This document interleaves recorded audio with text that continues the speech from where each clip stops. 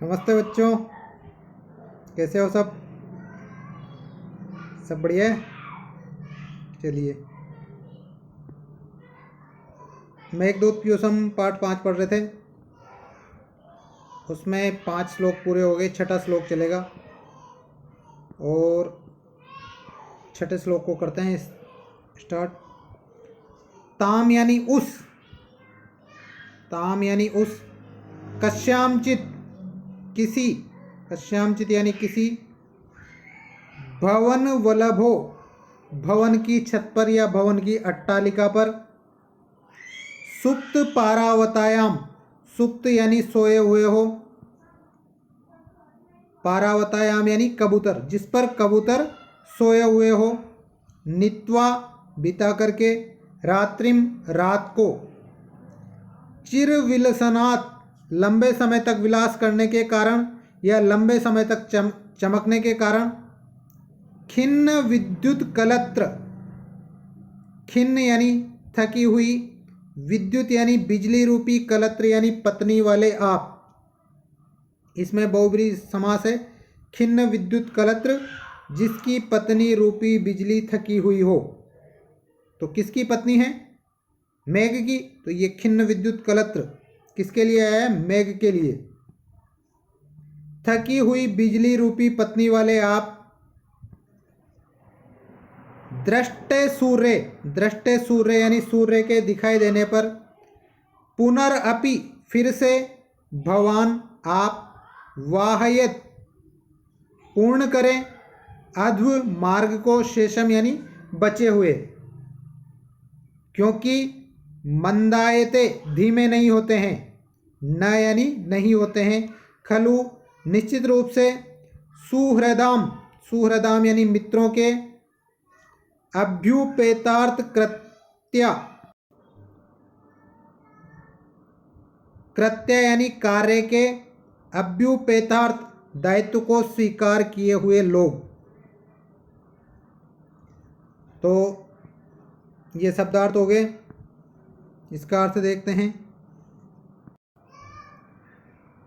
चिर विलसनात् खिन्न विद्युत कलत्र, चिर विलसनात् लंबे समय तक विलास करने के कारण, खिन्न थकी हुई, विद्युत कलत्र पत्नी वाले आप,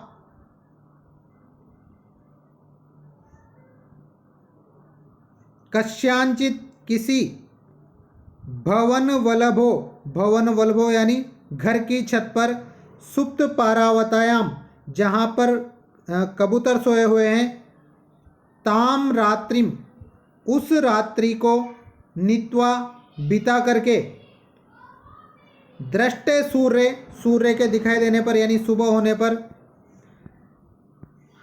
पुनरअपि फिर से, भवान आप, वाहयत पूर्ण करें, अध्व मार्ग को, शेषम यानी बचे हुए, सूर्य के दिखाई देने पर फिर से आप अपने बचे हुए मार्ग को पूर्ण करें, मतलब अपनी यात्रा पूरी करें। न खलु निश्चित रूप से नहीं, मंदायते धीमे होते हैं, सुहृदाम मित्रों के, कृत्या कार्य के दायित्व को, अभ्युपेतार्थ स्वीकार किए हुए लोग। मित्रों के कार्य के दायित्व को या मित्रों के कार्य को स्वीकार किए हुए लोग, न मंदायते धीमे नहीं होते हैं। इन तीनों बातों को सिद्ध करने के लिए चौथी बात कह रहा है। इसका मतलब है अलंकार निकाले तो अर्थांतरन्यास, सामान्य का विशेष से या विशेष का सामान्य से, जहाँ समर्थन हो वहाँ पर कौन सा अलंकार होता है? अर्थांतरन्यास।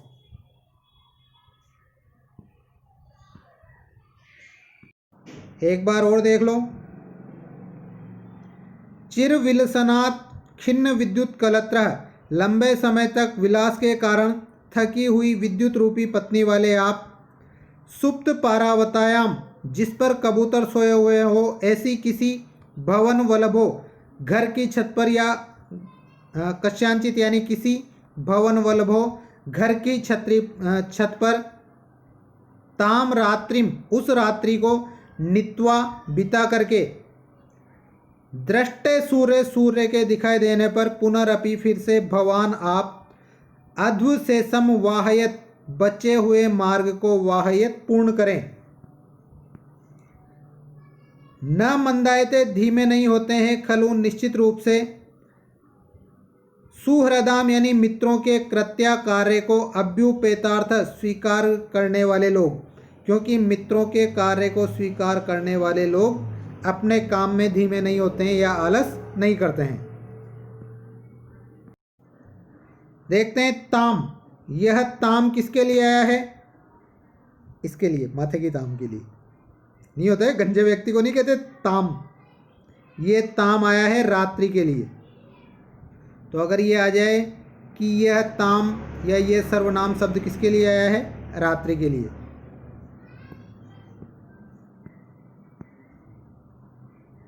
कश्यांचित, कश्याम प्लस चित, इस च को देखकर ये म भी किस में बदल गया? ये में, मतलब पर सवर्ण, बाद वाले के अनुसार उसका सवर्ण हो गया है, तो पर सवर्ण संधि है यहाँ पर।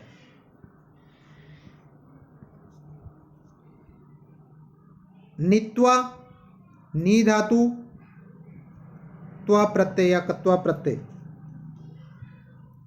खिन्न विद्युत कलत्र, इसका समास विग्रह होगा खिन्ना विद्युत कलत्रः यस्य, यस्य स, जिसकी विद्युत रूपी पत्नी थक चुकी हो वह। कौन सा समास है? बहुव्रीहि, लक्षणों के आधार पर या जिसमें अन्य पद प्रमुख हो। तो ये किसके लिए आया है? यक्ष के लिए, सॉरी मेघ के लिए। तो इसमें अन्य पद कौन सा है? मेघ।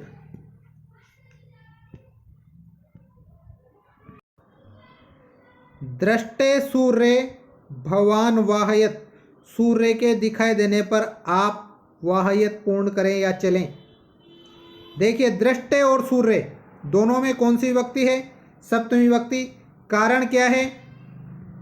सप्तमी में एक सूत्र आता है यस्य च भावेन भाव लक्षणम। क्या मतलब है इसका? कि यदि एक कार्य पूरा होने पर दूसरा कार्य होता हो तो वहाँ पर पहले वाले कार्य में और उसके कर्ता में, कर्ता कौन है? सूर्य, क्रिया क्या है? दृष्टि। पहले वाले कर्ता और क्रिया दोनों में कौन सी विभक्ति होती है? सप्तमी विभक्ति। जैसे रामे वनम गते दशरथ मृतः, राम के वन में चले जाने पर दशरथ मर गए, तो रामे और गते दोनों में सप्तमी विभक्ति है। इसी प्रकार यहाँ पर दृष्टे और सूर्य दोनों में सप्तमी विभक्ति है।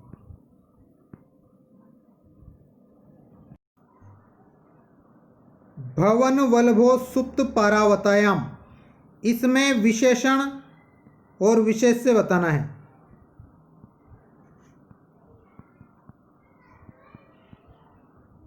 ध्यान देना यहाँ पर कि अधिकतर में तो ये होता है कि विशेषण तो पहले आता है और विशेष से बाद में आता है, लेकिन यहाँ पर सोए हुए हो जिस पर कबूतर, ऐसी छत, मतलब यहाँ पर विशेषण बाद में आया है।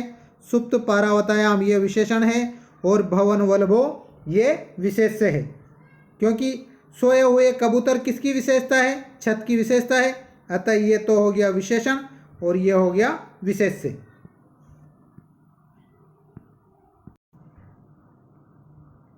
किसके कार्य को स्वीकार करके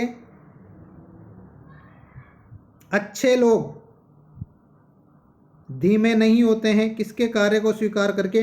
सुहृदाम यानी मित्रों के कार्य को स्वीकार करके।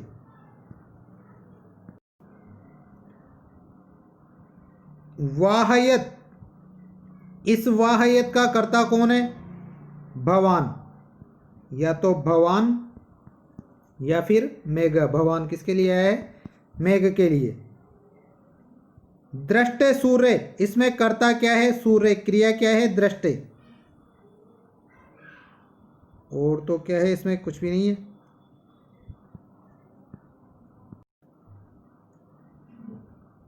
तम उसको, चेत वायो, चेत यानी यदि, वायो यानी वायु, सरति यानी बहने पर, सरल स्कंद यानी देवदारू वृक्ष, सरल स्कंद यानी देवदारू वृक्ष के, संगट यानी टकराने से, जन्मा यानी उत्पन्न हुई, दवाग्नि, दवाग्नि यानी जंगल की आग,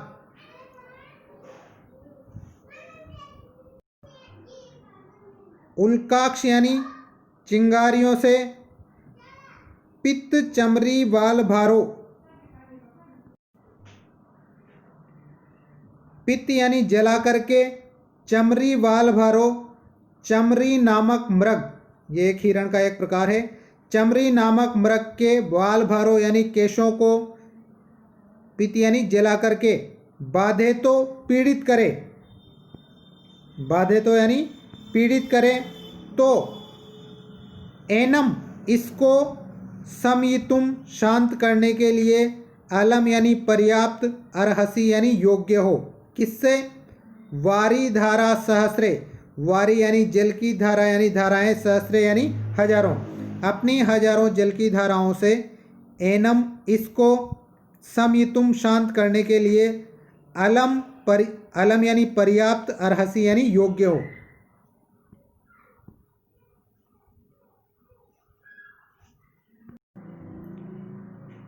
आपन्नाति दुखी लोगों के, प्रशमन फला दुख को दूर करने के लिए ही, संपदो यानी संपत्तियां, ही उत्तमानाम, ही यानी निश्चित रूप से, उत्तमानाम यानी उत्तम व्यक्तियों की, कि उत्तम व्यक्तियों की जो संपत्तियां हैं वो दुखी लोगों की पीड़ा को दूर करने के लिए या उनके दुख को दूर करने के लिए ही होती है। शब्दार्थ हो गए, इसका अर्थ देखते हैं। चेत वायो सरति, चेत यानी यदि, वायो सरति हवा के बहने पर, सरल स्कंद देवदारू वृक्ष, देवदारू वृक्ष जो पहाड़ों पर होते हैं, उनके संगट यानी टकराने से, जन्मा यानी उत्पन्न हुई, दावाग्नि जंगल की आग, देवदारू वृक्ष टकरा रहे हैं और उनको टकराने की वजह से आग उत्पन्न हो गई है, और वो आग किसकी है, जंगल की। यदि वह आग उल्काक्षपित अपनी चिंगारियों से जलाए, चमरी बाल भारो, चमरी नामक मृग के केशों को या उसके बालों को बाधे तो और उसे पीड़ित करे, तम यानी उसको, किसको, चमरी नामक मृग को, तो एनम इसको, शमितुम शांत करने के लिए, अलम पर्याप्त रूप से, अर्हसी योग्य हो, कौन योग्य हो, आप, उस आग को शांत करने के लिए कौन योग्य है, बादल, किसके द्वारा शांत करेगा, वारी धारा सहस्रे अपनी हजारों जल की धाराओं के द्वारा, वारी यानी जल, धारा यानी धाराएं, सहस्रे यानी हजारों, अपनी हजारों जल की धाराओं के द्वारा उसको शांत करने के लिए आप पर्याप्त रूप से योग्य हो। क्यों, क्योंकि आपन्नाति दुखी व्यक्तियों की पीड़ा को, प्रशमन फला शांत करने के लिए ही, संपदो संपत्तियां होती है, ही निश्चित रूप से, उत्तमानाम उत्तम व्यक्तियों की या अच्छे व्यक्तियों की, क्योंकि अच्छे व्यक्तियों की जो संपत्तियां हैं वो दुखी व्यक्तियों की पीड़ा को दूर करने के लिए होती है। दोनों लाइनों का एक साथ अर्थ देखो कि यदि कोई देवदारू का वृक्ष, दो देवदारू के वृक्ष टकरा गए हो और उनसे दावाग्नि उत्पन्न हो गई हो, और वह दावाग्नि अपनी चिंगारियों से किसी चमरी नामक मृग के बालों को जला करके पीड़ित कर रही हो, तो आप अपनी हजारों जल धाराओं के द्वारा इसको शांत करने के लिए पर्याप्त रूप से योग्य हो, क्योंकि जो अच्छे लोगों की संपत्तियां होती है वह संपत्तियां दुखी लोगों के दुख को दूर करने के लिए होती है या उनकी पीड़ा को शांत करने के लिए होती है। चेद वायो, चेत प्लस वायो, त का क्या हो रहा है, द मतलब कौन सी संधि, जशत्व संधि।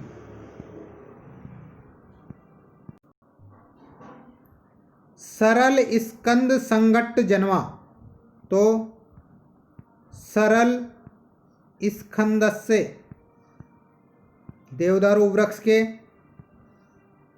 संगठेन जन्मा या सा। अगर इसमें देखें तो षष्ठी विभक्ति आ रही है, इन दोनों में तो है षष्ठी तत्पुरुष ऊपर के दोनों शब्दों में, और यदि पूरे में ही देखें तो पूरे में है बहुब्रीहि। देवदारू वृक्ष के टकराने से उत्पन्न हुई है जो, कौन है ऐसी? ऐसी है दावाग्नि यानी जंगल की आग। यदि पूरे में देखें तो बहुब्रीहि है और ऊपर वाले में देखें तो केवल षष्ठी तत्पुरुष है। बाधे तो उल्काक्ष, बाधेत प्लस उल्काक्ष कौन सी संधि? गुण संधि। अ और उ मिलके ओ हो रहा है। अर्हस्येनम, अर्हसि प्लस एनम, इस ई की जगह यह हो गया, मतलब यण संधि।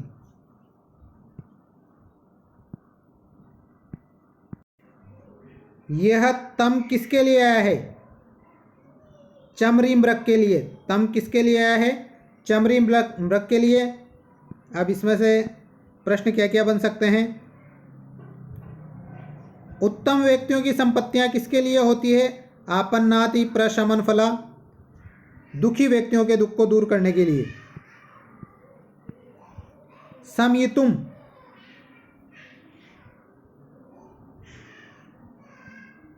शम प्लस ई प्लस तुमुन,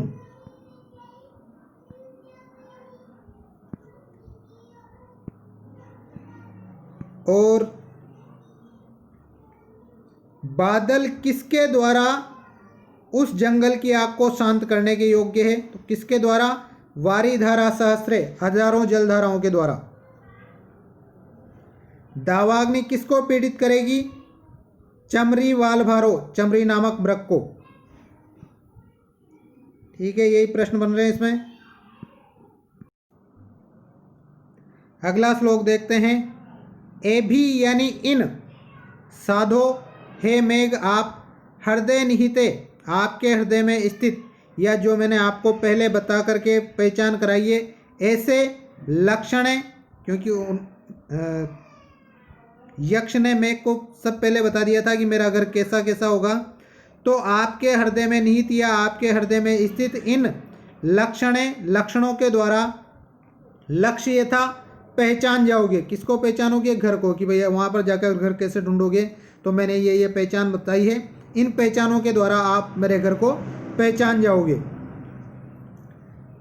द्वारोपांते, द्वार के दोनों ओर, लिखित लिखे हुए या मंडे हुए जो मांडने हैं वो। वपुषो यानी आकृतियों में, उन मांडनों में किसकी आकृतियां हैं? शंख पद्मो, शंख और पद्म यानी कमल को दृष्टवा यानी देख करके। सामच्छायम, सामच्छायम जिसकी कांति अब कमजोर हो गई है, जिसकी चमक अब कम हो गई है।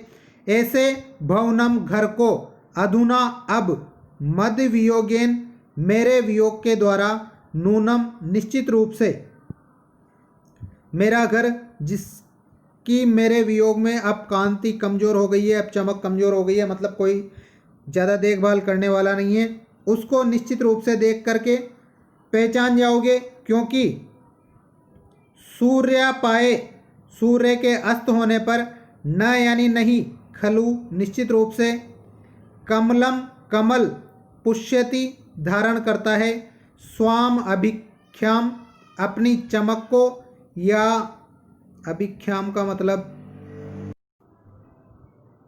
अपनी शोभा को, क्योंकि सूर्य के अस्त हो जाने पर कमल अपनी शोभा को धारण नहीं करता है। इसी प्रकार मेरे वियोग के कारण अब मेरा घर भी कांति से हीन हो गया है, चमक से या शोभा से हीन हो गया है। और उस मेरे शोभाहीन घर को आप कैसे पहचान जाओगे कि उसके द्वार के दोनों ओर जो मंडे हुए मान्य हैं उनमें किस किस को देखोगे आप? शंख और पद्म, शंख और कमल को दृष्टवा देख करके पहचान जाओगे। तो इन हृदय निहिते लक्षणे, इन पहले बताए गए लक्षणों के द्वारा लक्ष्यता पहचान जाओगे। साधो हे मेघ आप।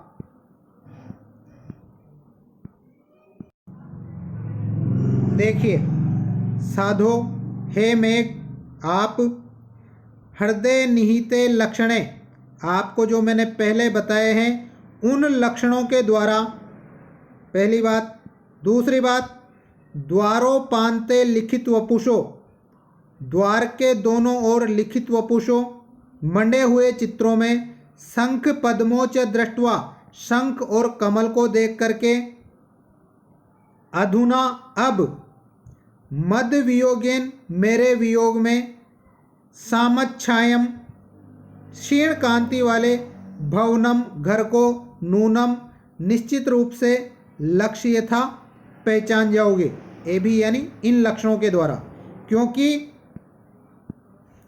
सूर्योपाय न खलु, सूर्योपाय सूर्य के अस्त होने पर, न यानी नहीं, खलु निश्चित रूप से, कमलम यानी कमल, पुष्यति धारण करता है, स्वाम अभिख्याम अपनी शोभा को, क्योंकि सूर्य के अस्त होने पर कमल भी अपनी शोभा को धारण नहीं करता है और मेरे नहीं होने के कारण मेरा घर भी इन इन लक्षणों वाला हो गया है, वह भी अब अपनी शोभा को धारण नहीं कर रहा है, क्षीण कांति वाला हो गया है।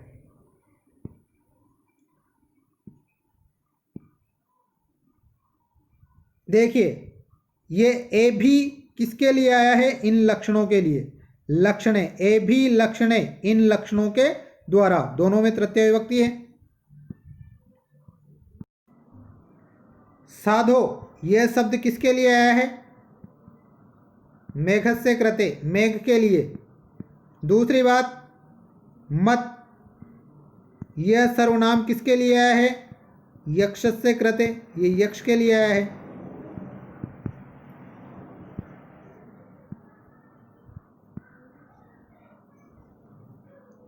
हृदय निहिते, हृदय निहिते, हृदय में स्थित, कौन सा है? सप्तमी तत्पुरुष, हृदय में स्थित।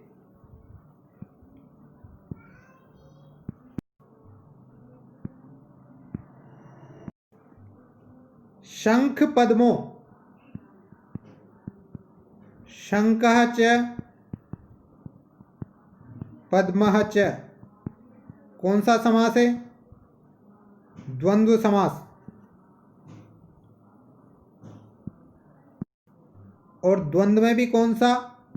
इतरेतर द्वंद्व। यदि दो शब्द आ जाए हैं और दोनों शब्दों में वचन लग जाए, जैसे इसमें दोनों को मिला के द्विवचन हो गया, तो इतरेतर द्वंद्व होता है। दृष्टवा, दृष्ट धातु, कत्वा प्रत्यय। और क्या है इसमें? पुष्यति, धारण करता है। इस पुष्यति का कर्ता कौन है? कमलम। पुष्यति का कर्ता कौन? कमलम। हृदय निहिते लक्षणे, इनमें विशेषण विशेष से बताना है। तो विशेषण तो है हृदय निहिते, हृदय में स्थित, और लक्षणे यानी लक्षण, ये विशेष से है। लक्षणे तो विशेष से और हृदय निहिते विशेषण। जैसे जिसकी छत पर कबूतर सोए हो, जिस पर कबूतर सोए हो ऐसी छत, जिसमें लक्षण निहित हो, हृदय निहिते लक्षणे, हृदय में निहित लक्षण, ऐसे लक्षण जो हृदय में निहित हो।